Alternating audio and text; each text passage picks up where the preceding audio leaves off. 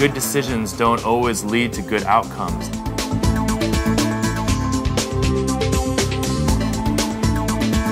Sometimes history might not have an impact.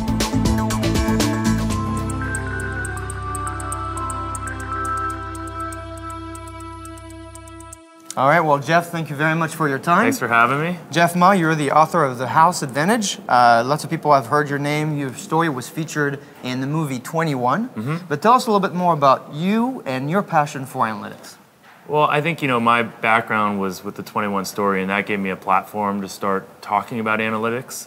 When I read the book Moneyball, it made me really excited about the idea of applying analytics to sports. And so for the last 6-7 years, that's an area that I've explored. But in general, I've become interested in how analytics can help people make better decisions and exposing that outside of the geek world, to a point where it's accessible to mainstream. So the reason I wrote The House Advantage is I always say that it's a book about data and analytics, but told through gambling and sports stories. So hopefully it's accessible to an audience that never would read a book about analytics. And I'm sure a lot of the folks in our audience will go out and grab the book. You just came off of a great panel on gambling and the lessons. If you can tell us a little bit about what sports analytics has taught us about business analytics. Well, I think sports analytics, I think that from an individual basis, it teaches us a lot.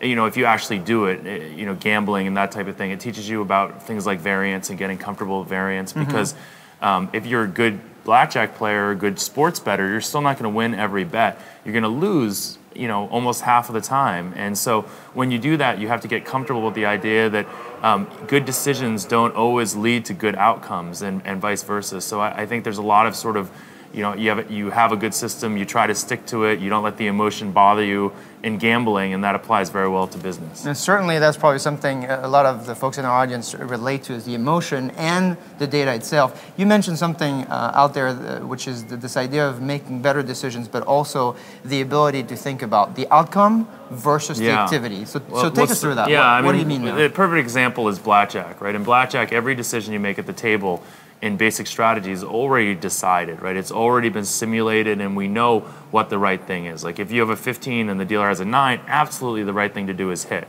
But now if I go with my friends to the casino and they sit down and they say, hey Jeff, I got a 15, dealer has a 9, what should I do? I said, well, you should hit, okay? If they get a 6 to make 21, I'm a genius. If they get a 7 to make 22 and bust and lose, I'm an idiot that they never should have made a movie or book about, right? So the actual decision was still the same. It was right. But the outcome was bad in one case and good in one case, so that makes them think that the decision was bad. But it wasn't. If you make that decision millions of times, you're going to come out better by hitting than you would by standing. Sure. So I think in general, a lot of times we value or we evaluate something based on the outcome, and that's going to get you into trouble a lot, because a good decision doesn't necessarily mean a good outcome, and vice versa. This, I think, teaches a lot about the art of making decisions, or the art or the science of making decisions, which is the decision process you need to audit rather than just the outcome itself. You said something as well in terms of the impact of past history on the future. Tell us how to think through that.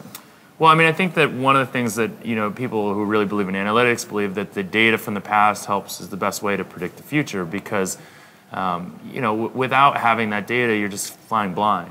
You always want to learn from the past and try to use that to help predict the future. So in blackjack, that's core to it, right? You actually count cards, and that history gives you a glimpse into what the future is going to be. When you've seen a lot of low cards, it means there's a lot of high cards left, and that's good for the player, so you bet more money.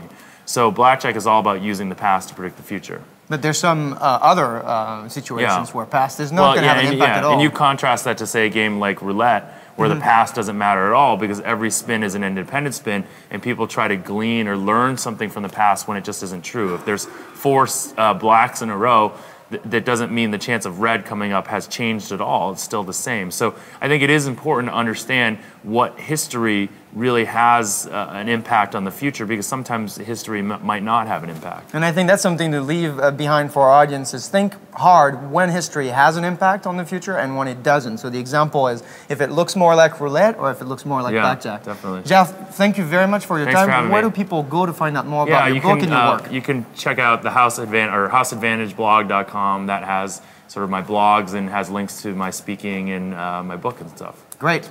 Until next time, I'm Bruno Aziza.